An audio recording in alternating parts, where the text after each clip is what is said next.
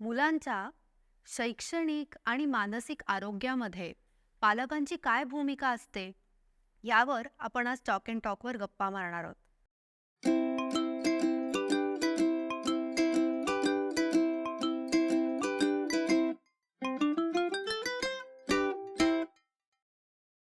या गप्पा मारण्यासाठी आपल्याकडे आज एक खास पाहुणे आलेत. Doctor Prashant Gawande sir. मी नेहा. मी एक शिक्षिका आहे आणि एज्युकेशनल टेक्नॉलॉजी या फील्डमध्ये काम करते. आपल्या पाहुण्यांची ओळख आपण त्यांच्याकडूनच करून घेऊया. नमस्कार. मी डॉक्टर प्रशांत लीलाबाई काशीनाथ गावंडे, जिल्हा शिक्षण व प्रशिक्षण संस्था DIET district institute of education and training Yavatmal येथे प्रिन्सिपल म्हणून कार्यरत आहे. ही बेसिकली प्रत्येक जिल्ह्याला टीचर्स ट्रेनिंग इन्स्टिट्यूट म्हणून कार्यरत आहे ही संस्था जी आहे ती. इंग्लिश हा माझा आवडीचा विषय. मी लँग्वेज लवर स्वतःला समजतो. पॅरलली मुलांचं मानसशास्त्र आणि शैक्षणिक संगोपन ही टॅगलाईन घेऊन शाळा आईबाबांची म्हणून वर्कशॉप घेतो आहे पेरेंटिंगवर, आणि सोबतच व्हेरिड क्वेश्चन्सवर आणि या संदर्भातसुद्धा विद्यार्थी असेल, शिक्षक असेल यांच्याशी गप्पा करतो. नमस्कार सर. आता तुम्ही म्हणलात की मुलांचं मानसशास्त्रीय आणि शैक्षणिक संगोपन, तर हे संगोपन कसं करायचं आईबाबांबरोबर तुम्ही याबद्दल गप्पा मारता, तर त्याबद्दल थोडं सांगता येईल? नक्की. 2016मध्ये नागपूर जिल्ह्यामध्ये कुही तालुका आहे, त्या ठिकाणी हळदी कुंकवाच्या कार्यक्रमाला मला बोलवलेलं होतं. महिलांचा राहतो जानेवारी महिन्यामध्ये, आणि त्या दरम्यान INC माता पालकांशी गप्पा करत असताना त्यांनी जे मला प्रश्न विचारून भंडावून सोडलं. कशाबद्दल प्रश्न होते? मग त्यांच्या मुलांच्या वागण्यासंदर्भात असेल, अभ्यासाच्या संदर्भात असेल, मुलं अभ्यास करत नाही त्यांच्या वर्तनाच्या संदर्भात असेल, तर माझ्याकडे त्यावेळेस उत्तर नव्हती याची. आणि प्रवासामध्ये मला असं लक्षात आलं की हा एक धागा आहे की ज्या ठिकाणी आपण अभ्यास करायला पाहिजे, आणि त्यातूनच शाळा आईबाबांची हे वर्कशॉप तयार झालं. मग मी पेरेंटिंगवर वाचत गेलो आणि पुढे अभ्यास करत गेलो. मला असं लक्षात आलं की शाळा, ज्याला आपण अकॅडमिक इन्स्टिट्यूशन म्हणतो, आणि कुटुंब डोमेस्टिक इन्स्टिट्यूशन, ह्या दोन्ही संस्थांचं कॉन्ट्रीब्युशन मुलांच्या जडणघडणीमध्ये, त्यांच्या विकासामध्ये भरपूर आहे. आणि अनफॉर्च्युनेटली ह्या दोन्ही संस्था ज्या आहेत त्या एक्झाम ओरिएंटेड झालेल्या आहेत. आणि मग एक्झाम ओरिएंटेड असणाऱ्या ह्या ज्या संस्था आहेत त्यांनी पॅरलली अजून कुठल्या कुठल्या क्षेत्राकडे लक्ष देणं गरजेचं आहे, एक आईबाबा म्हणून आणि शिक्षकांनी. हा धागा पकडून मग हे वर्कशॉप जे आहे ते आपण गेली 7 वर्ष झाली घेतो आहे. जवळजवळ 87,000 पालकांशी 79 वर्कशॉपमध्ये ऑल ओव्हर महाराष्ट्र आणि बाहेर पण 3 राज्यांमध्ये संपर्क आलेला आहे. पण फेस टू फेस वर्कशॉप असतात ते, काही व्हिडिओज, इंटरॅक्शन, काही क्वेश्चनायर, असं करत आपण धागा पुढे नेतो. ओव्हरऑल डेव्हलपमेंटमध्ये मुलांच्या काय काय करणं अपेक्षित आहे आई बाबा सर्वांनी आणि शिक्षकांनी, आणि काय करायला नको आहे याच्यावर उहापोह त्या ठिकाणी करतो. येस सर, पुढे जाण्याआधी आपण मुलांचा होलिस्टिक डेव्हलपमेंट किंवा सर्वांगीण विकास म्हणजे काय ह्यावर थोडासा भर देऊया. जसं आत्ताच आपण म्हटलं की एक्झाम ओरिएंटेड पालक, एक्झाम ओरिएंटेड शिक्षक, अकॅडमिक इन्स्टिट्यूशन, तर याच्यामध्ये फक्त IQ इंटेलिजन्स क्वेश्चन्स मुलांचा डेव्हलप केला जातो किंवा त्यावरच फोकस केला जातो. न्यूमरिकल ग्रोथ जी आहे परीक्षांमधली, तेच सर्व मान्य आणि सर्व प्रमाण समजलं जात आहे. हाच एक इंडिकेटर आहे सक्सेसचा. आता तर त्या पलीकडे सुद्धा जग आहे. त्या पलीकडे सुद्धा ओव्हरऑल डेव्हलपमेंटमध्ये मुलांच्या काही बाबी प्रकर्षानं जाणीवपूर्वक त्याच्यावर लक्ष द्यायला हवं. त्यातला दुसरा पार्ट आहे इमोशनल क्वेश्चन्स, ज्याला आपण भावनिक बुद्धिमत्ता म्हणतो.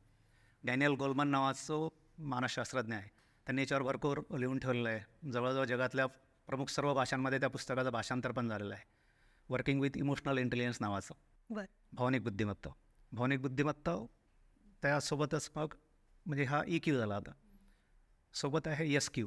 SQला 2 लॉंग फॉर्म आहेत. एक आहे स्पिरिच्युअल क्वेश्चन्स, ज्याला आपण आध्यात्मिक बुद्धिमत्ता म्हणतो, अलीकडे त्याच्यावर भरपूर संशोधनं झालेली आहेत. आणि एक आहे सोशल क्वेश्चन्स, ज्याला आपण सामाजिक बुद्धिमत्ता म्हणतो. EQ social questions, EQ emotional questions, आणि SQ सोशल क्वेश्चन्स. यातला काही पार्ट वेगळा काढून आता अलीकडे 8 ते 10 वर्षामध्ये रिझिलन्सशी रिलेट करणारा जो पार्ट आहे, तर EQवर सुद्धा आता बऱ्यापैकी संशोधनं झाली आहे, ज्याला आपण ॲडव्हर्सिटी क्वेश्चन्स म्हणतो. अतिशय प्रतिकूल परिस्थितीमध्ये, केऑटिक सिच्युएशनमध्ये पॅनिक झाल्यानंतर, रेस्टलेस झाल्यानंतर, अनबेरेबल सिच्युएशनमध्ये जे एक डिसिजन घेण्याची जी कुवत किंवा क्षमता मुलांमध्ये यायला पाहिजे ते EQC रिलेट करते. Obviously it is related with emotional question. बरोबर आहे. आणि सोशल क्वोशंट म्हणजे काय? सोशल क्वेश्चन्स एक साधं उदाहरण देता येईल की IQच्या बेसिसवर मी एखाद दुसरी पदवी मिळेल, एखाद दुसऱ्या स्क्रुटिनी एक्झाममध्ये मी क्वालिफाय पण होईल, जसं MPSC आहे, UPSC आहे. म्हणजे मी नोकरी मिळू शकेल, पण मला यशस्वी तहसीलदार, यशस्वी जिल्हाधिकारी, यशस्वी एखादा अधिकारी जर व्हायचा असेल, तो लोकाभिमुख किंवा समाजाभिमुख जर अधिकारी व्हायचा असेल, तर तोच व्यक्ती होऊ शकते सक्सेसफुल ज्याच्याकडे सोशल क्वेश्चन्स ज्याचा जाणीवपूर्वक विकसित केला गेलेला आहे. नाहीतर सेल्फ सेंटर्डनेस, करप्शन ह्या सर्व बाबी ज्या आहेत, लोकांची लूट, हा पार्ट जो आहे तो होण्याची शक्यता नाकारता येते. पीपल्स पर्सन बनण्यासाठी सोशल क्वेश्चन्स किंवा सोशल इन्स्टिंक्ट ज्या अधिकाऱ्यांमध्ये आहे ते लोकाभिमुख काम करतात. आणि कोणत्याही आईबाबांना किंवा कुठल्याही शिक्षकांना आपला मुलगा तशाच पद्धतीचा हवा असतो, मुलगा किंवा मुलगी. करप्ट बनावा असं वाटतं. असं कोणालाच वाटत नाही. अगदी करप्ट अधिकाऱ्याला सुद्धा वाटणार नाही की आपला मुलगा करप्ट व्हावा म्हणून. खरं आहे. सो आता हा पुढचा प्रश्न की हा आता आपण सर्वांगीण विकास या सगळ्या बाबींमध्ये व्हावा, तर ह्यासाठी आपण पालकांशी काय डूज अँड डोंट्स बद्दल बोलू शकतो? त्यांना अशा काही अनसक्सेस आणि सक्सेस स्टोरीज सांगतो आपण. म्हणजे IQच्या बेसिसवर ज्यांनी पूर्ण फोकस केलेला आहे आणि ते जीवनामध्ये कसे अपयशी झालेले आहेत. काही गोष्टी आपल्या बरोबर शेअर करता येतील? नक्कीच.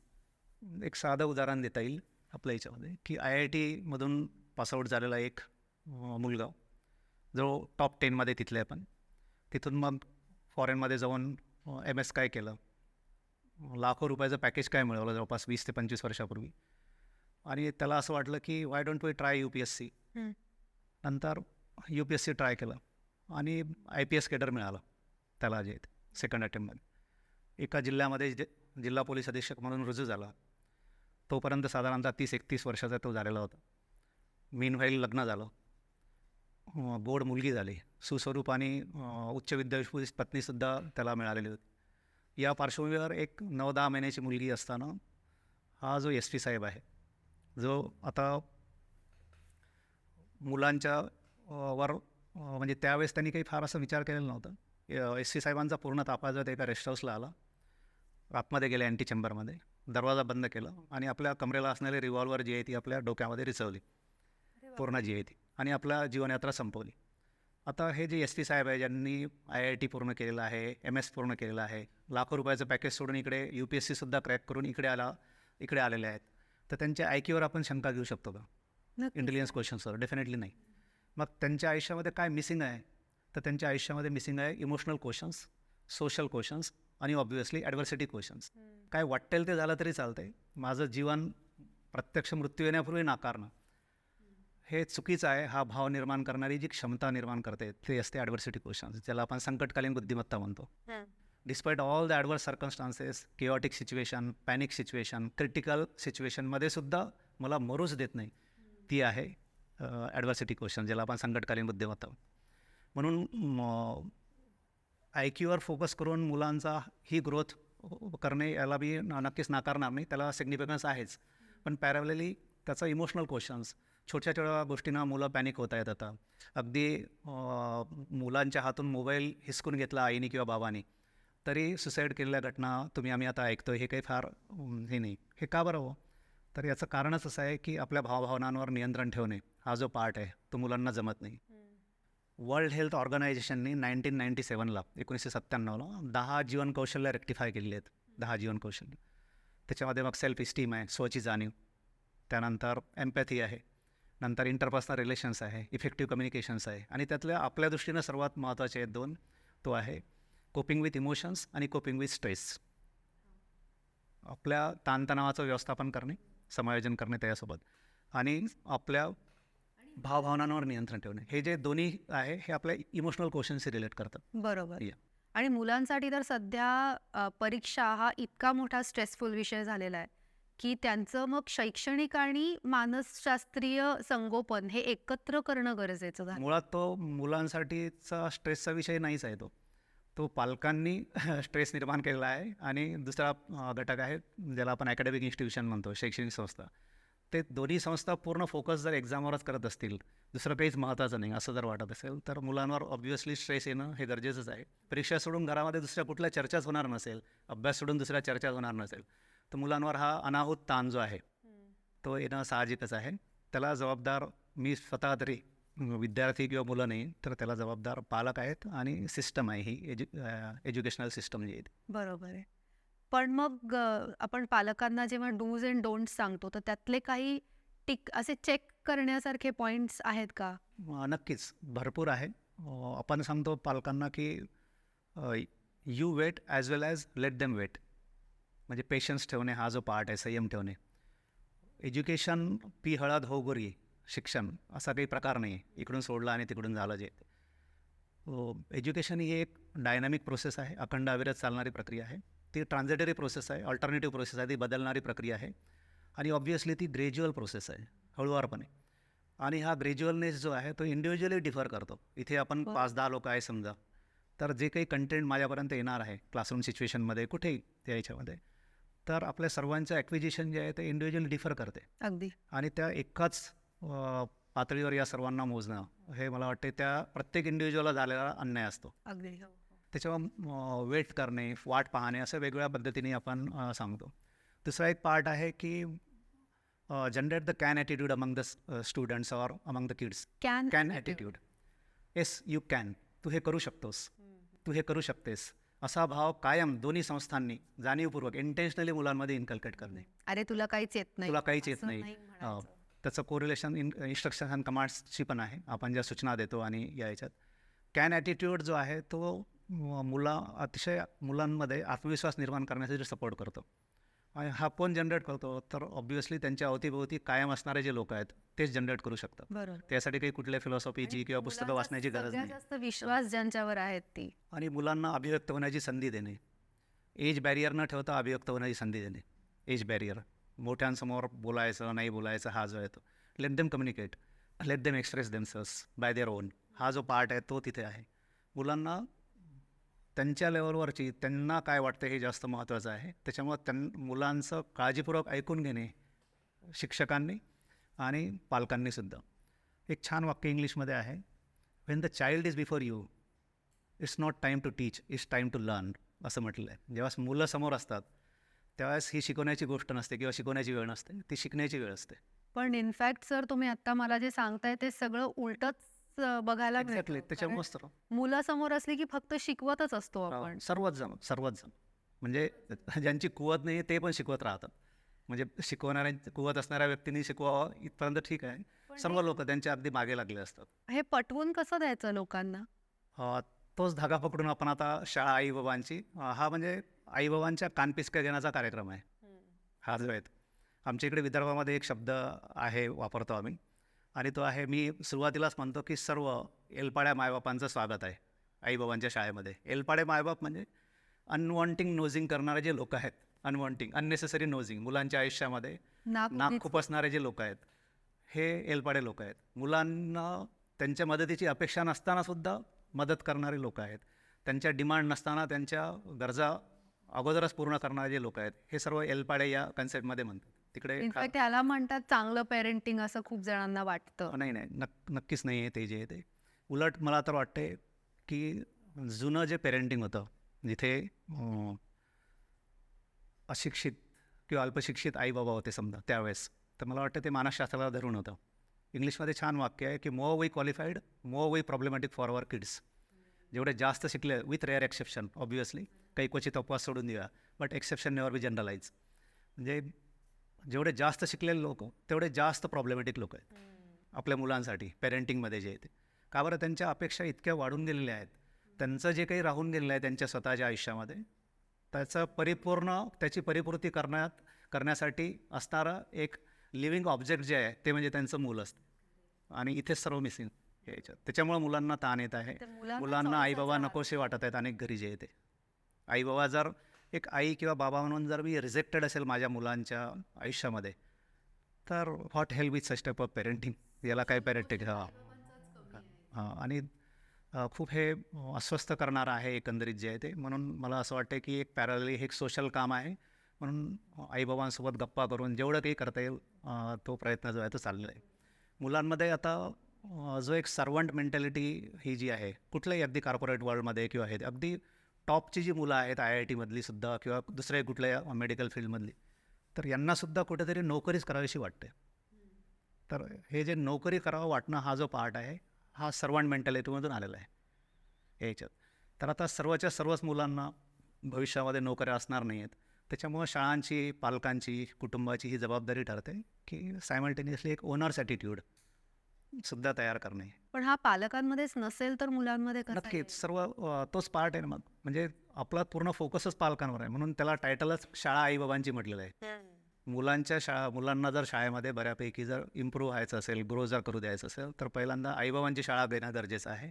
आणि हा जो सेल्फ इस्टीम जो आहे मुलांमधला, जे आपला लाईफ स्किल्समध्ये पण आलेलं आहे, सेल्फ इस्टीम, स्वची जाणीव, माझ्यामधले स्ट्रेंथ्स आणि विकनेसेस, माझ्यामधले बलस्थानं आणि दुर्बलस्थानं मला स्वतःला रेक्टिफाय करता येणं, ते ओळखता येणं, त्याला म्हटलेलं आहे सेल्फ इस्टीम.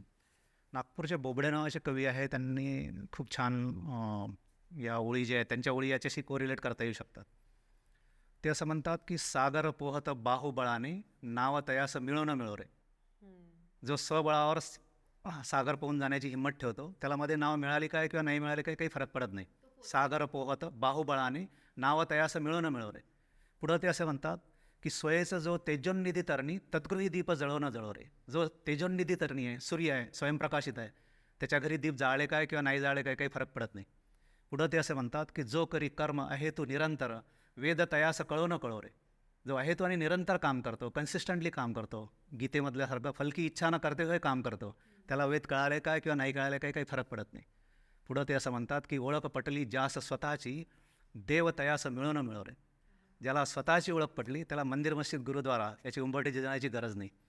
आणि हा जो धागा आहे सेल्फ इस्टीमचा, तो पालकांनी समजून स्वतः घेऊन आपल्या मुलांमध्ये इन्कल्केट करणे, इंटेन्शनली, डेलिबरेटली, जाणीवपूर्वक.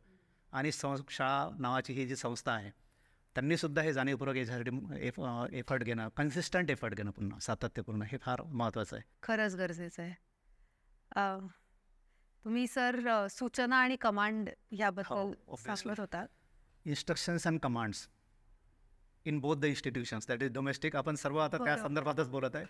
पालकत्वावर बोलत असताना शाळेला बाजूला ठेवता येणार नाही, किंवा शिक्षकांशी बोलत असताना पालकांना बाजूला ठेवता येणार कारण नाही. हे सर्व मुलांचं जग तेवढंच आहे. जॉईंटली हे आहे. तसं मुलांच्या जडणघडणीमध्ये, सर्वांगीण विकासामध्ये 3 इन्स्टिट्यूशन काम करतात.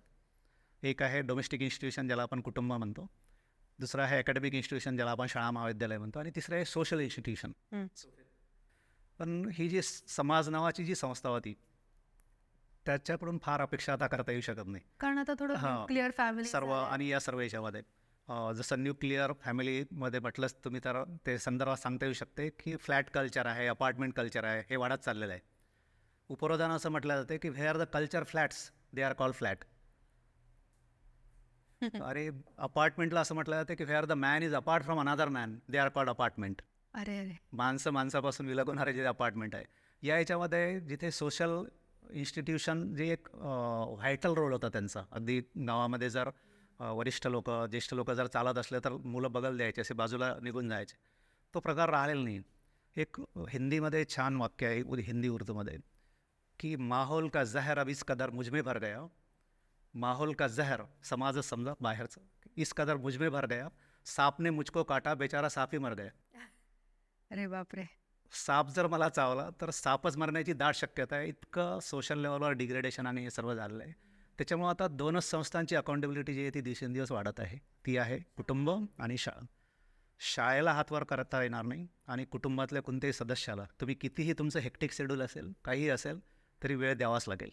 इंदिराजी पंतप्रधान असताना आपल्या मुलांसाठी जर वेळ देऊ शकतात, तर मला वाटतं त्यांच्यापेक्षा काही कोणी बिझी नसेल. बरोबर आहे. तर ज्या सूचना दिल्या जातात सर्व घरी किंवा सर्वच ठिकाणी, त्याचं स्टॅटिस्टिक ॲनालिसिससुद्धा झालेलं आहे. तर नियर अबाउट 70% सूचना ह्या नकारात्मक असतात, निगेटिव्ह असतात. काय करू नको हे सांगितलेलं असतं, तू काय करायला हवं असं जो एक पर्याय देणं अपेक्षित राहते, किंवा ती सूचना, नकारात्मक सूचना देतात डायरेक्ट तिने काय करावं किंवा त्यांनी काय करावं हे सांगणं अपेक्षित राहते. याच्यामध्ये दुसरा एक पार्ट असं म्हटलेलं आहे की ज्यावेळेस अशा नकारात्मक सूचना कंटिन्युअसली हॅमर होत राहतात मुलांवर, तर मुलांच्या आयुष्यामध्ये पेसिमिझम तयार होतं, पेसिमिस्टिक ॲटिट्यूड तयार होतं, निराशावाद तयार होतं. निराशावाद जे आहे ते अगदी वेगळ्या अँगलनी, म्हणजे मुलांच्या वयांमध्ये असणारी जी चुकीच्या फुले आहेत त्यासुद्धा मुलांच्या आयुष्यामध्ये नकारात्मक भाव निर्माण करतं, असं रवींद्रनाथ म्हणायचे. बरोबर. त्यांनी तर म्हणलं ना, चुकीच्या शब्दाभोवती फूल हो तयार. हो अगदी. आपण चुकांकडे पॉझिटिव्हली पाहणं किती गरजेचं आहे, आणि त्यातल्या त्यात बालशिक्षणामध्ये स्पेशली एलिमेंटरी एज्युकेशनमध्ये त्या संदर्भात भरपूर संशोधनं पण झालेली आहेत. शांतिनिकेतनमध्ये कुठल्याही चुकीवर अशी चुकीची फुली नाही मारत, तर तिथे स्टार करतात चुकीवर किंवा तिथे फूल काढतात. निसर्गयोगी रवींद्रनाथ म्हणून पुस्तक आहे, त्याच्यामध्ये असं म्हटलेलं आहे की ज्या आईबाबांमध्ये आणि ज्या शिक्षक शिक्षिकांमध्ये मुलांच्या चुकांना फुलांमध्ये परिवर्तित करण्याचं सामर्थ्य असते, ते मुलांच्या आयुष्याचं नंदनवन करू शकतात, नंदनवन करू शकतात. किती तर खरं आहे. चुकांकडे किती पॉझिटिव्हली बघता येऊ शकते. मी टिळकांची माफी मागून म्हणू शकतो की चुका करणे हा माझा जन्मसिद्ध हक्क आहे, मी चुका करणारच. खरं आहे. Committing mistake is an indication of your activation. जेव्हा चुका करतो आपण, तर ॲक्टिवेट असण्याचं ते इंडिकेशन आहे. एखादा व्यक्ती जर म्हणत असेल की 20 वर्ष झाले साधा डाग नाही आहे मला, तर असं समजून घ्यायचं की तो निष्क्रिय व्यक्ती आहे, त्याने काहीच केलेलं नाही त्या याच्यात. हे सरळ सरळ आहे त्याच्यामध्ये. खरं आहे. पण चुकांचं महत्त्व शिकण्यामध्ये पण आहे ना. आपण चुका करत नाही तर आपण पुढे जाऊही शकणार नाही. म्हणूनच सायंटिफिक फील्डमध्ये, इन्व्हेन्शन्स याच्यामध्ये चुका न म्हणता अटेम्प्ट्स म्हणतात. अटेम्प्ट्स 100 वेळा चूक झाली असं म्हटल्यापेक्षा 100 अटेम्प्ट्स मी घेतलेले आहे. Despite we committing mistake we never achieve anything. सरळ सरळ आहे. रिस्क घेणं आहे, त्याला सुद्धा तोच महत्त्वाचा पार्ट आहे. जोखीम पत्करणं आहे, चुका करत जाणं आहे, याला अनन्यसाधारण महत्त्व आहे. इग्नायटेड माइंड्स नावाचं जे कलाम साहेबांचं पुस्तक आहे, त्याच्यामध्ये चुका करण्यासाठी घाबरणं, जोखीम पत्करण्यासाठी घाबरणं हे किती धोकादायक आहे, असं त्यांनी त्याच्यामध्ये म्हटलेलं आहे. छान वाक्य आहे की human being should not hesitate to take the risk. माणूस म्हणून मला रिस्क घेण्याची काही घाबरण्याचं काही कारण नाही. Human being should not hesitate to take the risk because the birth of human being itself is the great risk taken by our great mother. आईने घेतलेल्या जोखमीतून किंवा रिस्कमधूनच तुमचा माझा जन्म झालेला आहे. पुढं ते असं म्हणतात, the lady or the mother who knows the death rates at the statistics in pregnancy. ज्या आईला, शिकलेल्या आईला माहिती असते की 100 आयांमध्ये 10-12 आया मरू शकतात बाळाला जन्म देत असताना. कलाम साहेब म्हणतात की she is also ready to take the risk. ती सुद्धा जोखीम पत्करायला घाबरत नाही. त्याच्या पुढे ते म्हणतात की unless and until we take the risk we can't create something new and innovative. जोपर्यंत जोखीम पत्करणार नाही तोपर्यंत सुतराम शक्यता आहे नवनिर्मिती होण्याची. हा एक्झॅक्टली कोरिलेट करतो आपल्या एज्युकेशन सिस्टमची ॲक्विजिशन्स. चुका करणं, ऑब्व्हियसली रिस्क घेणं, हे जे आहे ते भरपूर चुका, तीच चूक वारंवार होणार नाही याची काळजी घेणार आहे. अगदी आपल्या जे टेक्निक्स आणि तंत्र आहे शिकण्याची, त्याच्यामध्ये सुद्धा ट्रायल अँड एरर मेथड आहेच की, चुका आणि शिका या याच्यामध्ये. चुकतच आपण शिकत असतो, हे काही वेगळं सांगायचं काम नाही. फक्त आईबाबांनी आणि शिक्षकांनी या दोघांनी चुकांकडे पॉझिटिव्हली पाहण्याची गरज आहे. पुन्हा उलटच आहे. या ह्याच्यामध्ये एक्झॅक्टली तेच उलट आहे. उलटच करतो आपण. सर्व उलटा कार्यक्रम सुरू आहे. त्याच्यामुळेच आपल्याला हे फ्रिक्वेंट कुणीतरी जबाबदारी घेऊन सांगत राहणं. आणि डिसिप्लिन तर हा सुद्धा एक भाग आहे ना, म्हणजे मुलांना शिस्त लावणे. डिसिप्लिन मी अलीकडे वाचलेलं आहे की ल्युसिड अँड डेलिकेट डिसिप्लिन हा जो एक पार्ट आहे, याचा अर्थ मुलांनी बेशिस्त वागावं असं मुळीच नाही. कारण डिसायपल हा जो शब्द आहे, DISCIPLE, जो शिष्यासाठी वापरला जातो, विद्यार्थ्यासाठी, त्यामधूनच डिसिप्लिन हा शब्द तयार झाला. त्याच्यामुळे डिसायपल्स मस्ट हॅव डिसिप्लिन. शिष्य म्हटलं की त्याच्याकडे शिस्त असलीच पाहिजे. पण ती जी हार्श शिस्त आहे, कठोर शिस्त आहे, त्यातून त्यातल्या त्यात एलिमेंटरी एज्युकेशनच्या संदर्भात बोलू, बालशिक्षणामध्ये ही जी कठोर शिक्षा आहे ती मुलांच्या एकंदर वर्तनावरच नव्हे तर त्यांच्या आयुष्यावर नकारात्मक परिणाम करण्याची शक्यता जी आहे ते ट्रॉमा आपल्याला नक्कीच सांगता येऊ शकेल. त्याच्यामुळे ल्युसिड आणि डेलिकेट डिसिप्लिन हा जो पार्ट आहे या फेजमध्ये, तो अत्यंत महत्त्वाचा आहे. एखाद दुसरा इंडिव्हिज्युअल राहतो की ज्याला इंडिव्हिज्युअली वेगळ्या पद्धतीची शिक्षा घेऊन त्याचं काउन्सिलिंग करणे किंवा हा जो आहे तो वेगळा पार्ट आहे. पण ओव्हरऑल या शिस्तीच्या नावाखाली जे मुलांवर एक दडपण येते आणि त्याचं एक्झॅक्ट कोरिलेशन मुलांच्या लर्निंग ॲक्विजिशनशी आहे. लीलाताई पाटील शिक्षण देता घेतामध्ये म्हणतात की भयमुक्त वातावरणामध्येच मुलं जी आहे ती वाढू शकतात. जी गोष्ट मुलांनी करू नये असं वाटते समजा शिक्षकांना किंवा पालकांना, किंवा ज्या दिशेनं मुलं जावी असं वाटते, त्या दिशेनं स्वतः चालायला लागा, असा पद्धतीचा संदेश त्यांनी दिला आहे. आपोआपच येतील. आपल्याला इमिटेट करत असतात मुलं जे आहे ते, आणि त्याच्यामुळे त्याच्या अवतीभोवती असणाऱ्या लोकांची ही जी अकाउंटेबिलिटी आहे, मॉरल अकाउंटेबिलिटी, ती जास्त वाढते.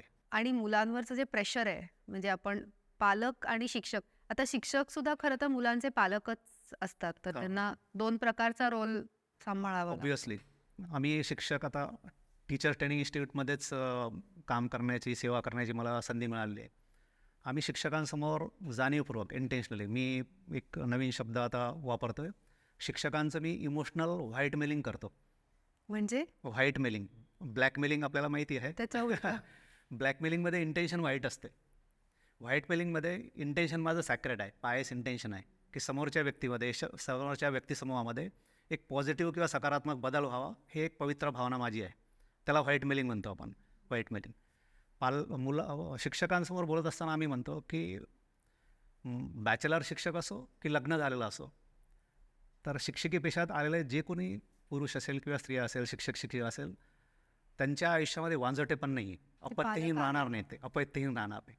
कारण त्यांना 2 प्रकारची पॅरेंटिंग जी आहे ती लाभलेली आहे.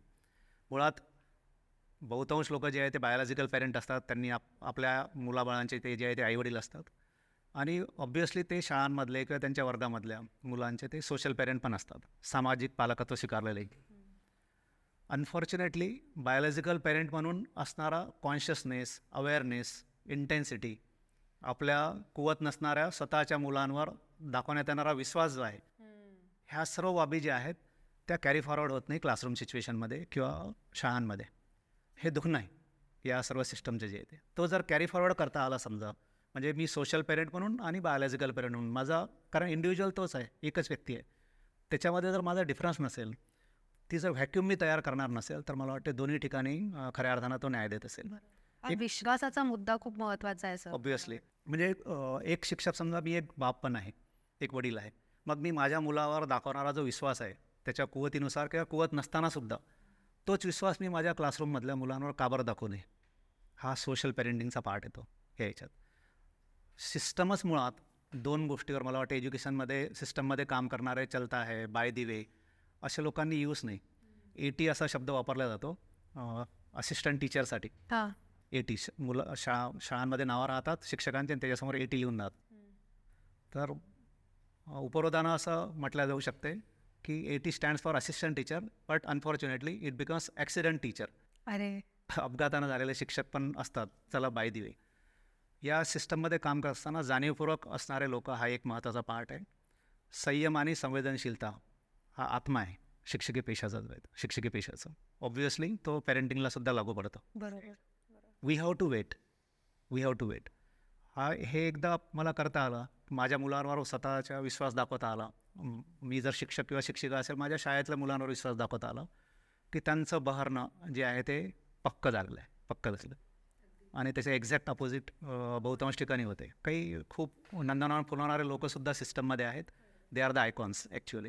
व्हेरी फ्यू, पण सर तुम्ही आता जे बोलताय त्याच्या एक्झॅक्टली ऑपोजिट. तर त्या लोकांची संख्या मल्टिप्लाय होणं यासाठी ते फार गरजेचं आहे हे सगळं. आणि खरं तर मुलांबरोबर असणं, आता एक शिक्षिका म्हणून मला हे माहिती आहे, इतका आनंददायी तो अनुभव असतो. पालकांसाठी सुद्धा तो नक्कीच असणार. मुलं मोठी होत असतात, प्रत्येक वयाचा एक काहीतरी वेगळा आनंद आहे. आणि ते नुसतं असणंच नाही, तर मुलं हे आपल्याला जीवनदान देत असतात. संशोधनही सांगतात. सायन्स नावाचं एक मॅगझिन दिल्लीवरून येते, विज्ञान नावाचं, त्याच्यामध्ये दिलेलं आहे की इतर कुठल्याही क्षेत्रामध्ये काम करणारे लोक आणि एलिमेंटरी एज्युकेशनमध्ये शिक्षण क्षेत्रामध्ये काम करणारे लोक यांचा रिटायरमेंटनंतरचा जो लाईफ स्पॅन आहे रिटायरमेंटनंतरचा, तर तो 23 to 38% जादा आहे. म्हणजे मुलांबरोबर जे काम जे मुलांबरोबर, छोट्या मुलांबरोबर जे काम करतात त्यांचं जो आहे, जगतात. म्हणजे सर्व्हिस 33 वर्ष आणि पेन्शन 35 वर्ष असं जर कोणाचं असेल तर तो शिक्षकच असू शकतो, दुसरा कोणीच असू शकत नाही. म्हणजे रोज 15 ते 20 मिनटं आपल्याला जीवनदान मिळते मुलांच्या सहवासात राहून पॉझिटिव्ह. आता हे सर्व सायंटिफिकली, सायकोलॉजिकली सर्व प्रूव्ह झालेलं आहे, काही मी वेगळं सांगायचं काम नाही. मुलांच्या सहवासात आपली असणारी अस्वस्थता, रेस्टलेसनेस हा जो आहे तो कुठल्या कुठे निघून जातो. खरं आहे. त्याच्यासाठी कुठल्याही औषधाची गरज नाही. पहिलीमध्ये जाऊन नुसते मुलांचे चेहरे न्याहाळले आपण तरी पुरेसं आहे. आणि हे जीवनदान देणाऱ्या मुलांशी जर मी हे करत असेल तर मला वाटते याच्यापेक्षा वाईट आणि करंटेपणा जो आहे दुसरा कुठला असू शकत. इनफॅक्ट पालकांना आजकाल टेन्शन खूप असतं की आपलं मूल मोठं होऊन काय होईल, कमवेल ना नीट, त्यांना काय IIT मध्ये ॲडमिशन मिळेल का, किंवा हे जे सगळं त्याचं टेन्शन मूल एक 4-5 वर्षाचा असल्यापासूनच आज माझ्या मुलाला लिहिता का येत नाहीये, हे का करता येत नाहीये, तर ते एक जो आनंद आहे त्या मुलाबरोबर असण्याचा, तो घेऊ शकतात का त्या सगळ्या टेन्शनमध्ये? कारण नाहीतर आता काहीच नाही ना, घेऊ डिव्हायड शकत नाही. झालं ना लक्ष. आपण शाळा आईबाबांच्या मध्ये तेच सांगतो की पेरेंटिंग ही एक जॉयस प्रोसेस आहे. त्या वयोगटाच्या मुलांसोबत आपलं असणं जे आहे ते किती आनंददायी असू शकते हे ज्या आईबाबांना समजणार नाही.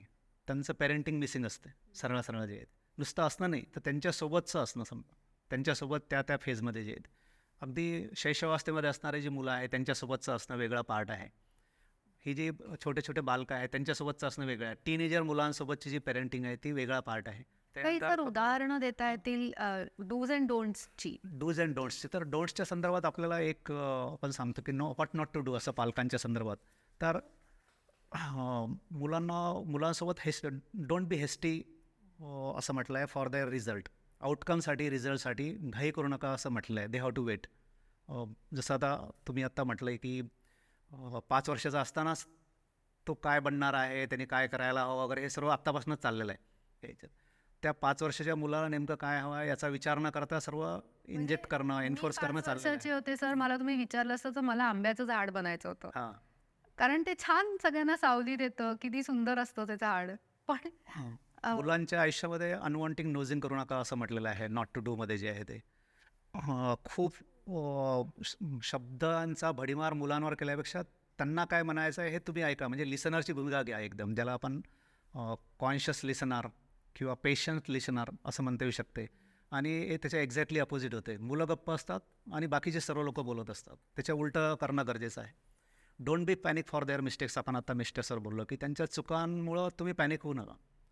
चुका करताय म्हणजे तो ॲक्टिवेट आहे, तो काहीतरी करताय हे त्याचं इंडिकेशन आहे. त्याच्यानंतर प्रत्येक ठिकाणी मुलांच्या बाबतीत डाऊटफुल राहू नका. जसं टीनेजर मुलांच्या बाबतीत नेहमी आईबाबांच्या संदर्भात असं जाणवते की मुलगी आहे स्पेशली, तर घरापासूनच जेंडर बायस जो आहे हा हे होतं. म्हणजे आईच किंवा वडीलच त्याला कारणीभूत असतात या सर्व ह्याच्यात. मुलांसाठीचे नियम वेगळे, मुलींसाठीचे वेगळे नियम. तर या संदर्भात सुद्धा आईबाबांनी विचार करणं जे आहे ते गरजेचं आहे. जसं साळुंक्यांचं मन निरभ्र व्हावं म्हणून पुस्तक आहे. मन निरभ्र व्हावं. त्याच्यामध्ये आपण आपल्या अश्रूंचा आदर केला पाहिजे असं एक चॅप्टर आहे. अश्रूंचा आदर केला पाहिजे. Because tears are the bone to the human being असं म्हटलेलं आहे. ती एक हेवनली गिफ्ट आहे. अश्रू जे आहे ते आपल्याला आलेले. तर या संदर्भात सुद्धा आईबाबा जे आहेत हे डिस्क्रिमिनेट करतात मुलांना आणि मुलींना. मुलीसारखं काय जसं तुम्हाला पूर्ण मुभा आहे आणि आम्ही मात्र हे सर्व दुर्दैवी लोक आहेत की लहानपणापासूनच आम्हाला असं हॅमर केलेलं असतं की काय रे पोरासारखा पोरगा किंवा मुलासारखा मुलगा आणि तो रडतोय तो. म्हणजे पूर्ण रडण्याचा ठेका जो आहे कॉन्ट्रॅक्ट तो मुलींनी किंवा स्त्रियांनी घ्यायचा. आणि तसा असा पार्ट आहे की जेवढे काही कार्डिओलॉजिकल सर्वेज आता तुम्हाला बघायला मिळतात त्याच्यामध्ये हार्ट अटॅकचं प्रमाण जे आहे ते मुलांमध्ये आणि स्पेशली पुरुषांमध्ये जास्त आहे in compare with the females. हे आपल्याला लक्षात येते. आणि अनेक कारणं असतील त्याची, पण त्यातलं एक कारण स्त्रियांना असणारी जी बिनधास्तपणे पब्लिकली रडण्याची जी मुभा आहे तो रेशिओ जो आहे तो कमी करते आणि आम्हाला नाही. त्याच्यामुळं आईने एखाद दुसरा आता बाहेर असणारे मुलाचं जर हुंदका ऐकायला आला असेल फोनवर तर आईने किंवा बाबाने म्हणायला पाहिजे की इट्स ओके, रडून घे बेटा, नंतर बोलूया आपण हे. तर हे जे प्रत्येक ठिकाणी रिस्ट्रेन करणं आहे ही छोटी गोष्ट तसं पाहिलं तर अतिशय छोटी गोष्ट आहे. पण याचं कोरिलेशन कसं असं वेगवेगळ्या ठिकाणी हे ते. तर हा पैलूसुद्धा आपण आईबाबांच्या शाळांमध्ये घेतो की रडणे ही एक निसर्गदत्त देणगी जर असेल तर ती सर्व मानवासाठी आहे. ते पुरुष किंवा स्त्री असं डिस्क्रिमिनेशन केलं नाही निसर्ग. इनफॅक्ट बाळ जन्माला येतं तेव्हा पहिली गोष्ट आपण बघतो ते रडतंय की नाही. नक्कीच. म्हणून आपल्या अश्रूंचा आदर करायला शिकवणं जे आहे ते. मी पेरेंटिंगवर बोलत असताना एक पुन्हा आईबाबांना सांगतो जाणीवपूर्वक कॉन्शियसली की आपले जे नॉर्मल मुलं आहेत म्हणजे दिव्यांग नाही आहेत, तर दिव्यांग नसणारे म्हणजे नॉर्मल मुलं जे आहेत CWSN कॅटेगरीमध्ये येत नाही, न्यूरोटिपिकल म्हणतो. तर अशा नॉर्मल मुलांना म्हणजे ज्यांना कुठलंही दिव्यांगत्व नाही अशा मुलांच्या आयुष्यामध्ये एक तरी मित्रमैत्रीण जे आहे ते दिव्यांग असलं पाहिजे. त्याचं कोरिलेशन असं आहे की ज्यावेळेस दिव्यांग असणारा मुलगा किंवा मुलगी मित्रमैत्रीण असतो आपलं, त्यावेळेस त्याचं इमोशनल क्वेश्चन्स आणि सोशल क्वेश्चन्स डेव्हलप करण्यासाठी त्याला वेगळे प्रयत्न करण्याची काही गरज राहत नाही. आईबाबांना जे त्याला असिस्ट करणे आहे, सहकार्य करणे आहे, मदत करणे आहे, हवी तिथे त्याला फॅसिलिटेट करणं आहे, ते अपवास येते. कंपॅशन हा पार्ट जो आहे तो सर्व. तर इमोशनल क्वेश्चन आणि सोशल क्वेश्चन्स त्याचा सायमल्टेनियसली डेव्हलप होत राहतो. त्याच्यामुळं दिव्यांग मुलांचं आपल्या नॉर्मल मुलांच्या आयुष्यामध्ये असणं ही एक अनन्यसाधारण बाब आहे आणि त्या दृष्टीनं आपण हे करतो. नाहीतर त्यांचं दिव्यांगत्वाला हे करून अनेक पालक असे म्हणतात की त्या लंगड्यासोबत राहू नको किंवा त्या आंधळ्यासोबत राहू नको. तर हे अत्यंत अमानवीय आहे. खरं आहे. याच्या उलट याचे पॉझिटिव्ह कॉन्सिक्वेन्सेस जे आहेत आपल्या मुलांच्या बाबतीतले हे त्यांनी समजून घेतले पाहिजे. त्याच्यामुळं असं बिनधास्त स्टेटमेंट करणं, मुलांच्या समोर असणाऱ्या सूचना आणि हे सर्व विचार एक करून. आणि हे शिकलेल्या आईबाबांमध्ये जास्त प्रॉब्लेम आहेत सर्वात महत्त्वाचं. म्हणून त्यांना अलर्ट करणं, कॉन्शियस करणं हा याच्या मागचा भाग आहे. सर, आपण असं म्हणतो की मुलांचा मानसिक आरोग्य हे आपल्या भावी जगासाठी खूप गरजेचं आहे. म्हणजे मुलंच आपले मोठे होऊन नागरिक बनणार आहेत आणि तेच जग आपलं पुढे नेणार आहेत. त्यामुळे आत्ता त्यांचं मानसिक आरोग्य हे छान ठेवणं ही आपली जबाबदारी आहे. हे आपल्याला माहिती आहे खरं सगळ्यांना, पण ते कळतंय पण वळत नाही, असं होतंय. असं का बरं होत असेल? म्हणूनच म्हणजे आपला EQ आणि SQ जो आहे तो या मानसिक आरोग्याशी जास्त कनेक्ट करतो. ऑब्व्हियसली EQ सुद्धा आहे. एका खूप मुलांनी डेव्हलप केलेलं आहे, समजा इंटेलिजन्स क्वेश्चन्सच्या बेसिसवर स्वतःला, आणि एका आयुष्याच्या विशिष्ट टप्प्यावर खूप फ्लरिश झाल्यानंतर कुठलेही त्याच्याकडे फायनान्शियल प्रॉब्लेम नसताना, त्यांनी जे काही हवं होतं समजा आपल्या आयुष्यामध्ये त्या सर्व वस्तूंचा खच त्याच्याकडे असताना, तो जर आयुष्य आपलं रिजेक्ट करत असेल, तो नाकारत असेल, तर मला वाटते हे दोन्ही संस्थांचं फेल्युअर असते. एक साधं उदाहरण आपल्याला देईल की 16-17मध्ये आमच्या जिल्ह्यामध्ये 14 मुलामुलींनी आत्महत्या केल्या 10वी आणि 12वीच्या परीक्षेपूर्वी, परीक्षेच्या दरम्यान आणि परीक्षेनंतर. त्याच्यामध्ये 9 मुली आहेत. या रेशिओने जर आपण गेलो पूर्ण राज्यभरामध्ये 15-14 याने, तर आपल्या राज्यामध्ये 10वी-12वीच्या परीक्षेपूर्वी, परीक्षेच्या दरम्यान आणि परीक्षेनंतर शेकडो म्हणजे 400 ते 450 आत्महत्या दरवर्षी होतात. तो आकडा कदाचित वाढलेला पण असेल या ह्याच्यात. तर मला व्यक्तिशः असं वाटतं एक संवेदनशील शिक्षक म्हणून की ह्या आत्महत्या नसून तो 2 इन्स्टिट्यूशननी केलेला खूनच आहे. तो आहे अकॅडमिक इन्स्टिट्यूशन आणि दुसरी आहे डोमेस्टिक इन्स्टिट्यूशन, आणि याला रिस्ट्रेन करता येऊ शकत नाही. येस बेटा, no problem, we are with you despite all the problems. काय वाटेल ते झालं तरी चालतं आहे, तुला यश येवो अपयश येवो, आम्ही तुझ्यासोबत आहोत. हा भाव जर आईबाबांकडून निर्माण झाला, हा कॉन्फिडन्स जर शाळेमधून शिक्षकांकडून निर्माण झाला, तर मला वाटते कुठलीही मुलं, आणि 16-15 हे काही मरण्याचं वय नाही अगदी. नक्कीच जे आहे ते आयुष्य नाकारण्यासुद्धा वय नाही. तो आता अलीकडे तर त्याच्यापेक्षा खाली येत आहे अगदी. हा जो आहे तो आत्महत्या शब्द तरी मुलांना लिहिता येतो का 4थीतल्या 5वीतल्या? लिहिता येईल का? आत्महत्या म्हणजे काय, आपण मरणं म्हणजे काय हे माहिती तरी आहे का? हे का बरं रिजेक्ट करत आहेत मुलं? याचं कारण असं आहे की पूर्ण फोकस सर्व कुठल्या तरी म्हणजे त्याला महत्त्व नाही असं मला मुळीच सुचवायचं नाही. पण एक्सटर्नल आहे ती एंटिटी, म्हणजे थर्ड पार्टी आहे ना परीक्षा म्हणजे. एक्झॅक्टली अनेक परीक्षा न देणारे लोकंसुद्धा जगावर छाप पाडून गेले नाही. बरोबर. आपण अशा पुरोगामी महाराष्ट्रामध्ये राहतो की जिथे 4 विद्यापीठं जी आहेत ते कुठलीही डिग्री किंवा साधा सर्टिफिकेट नसणाऱ्या लोकांच्या नावावर आहे. जिथे आपण बसलेलो आहोत पुण्याला, तर हे क्रांतिज्योती सावित्रीमाई जी आहे त्यांच्याकडे कुठलीही डिग्री नाही आहे, त्यांच्या नावाने विद्यापीठ आहे, विद्यापीठाच्या डिग्रीज आहे.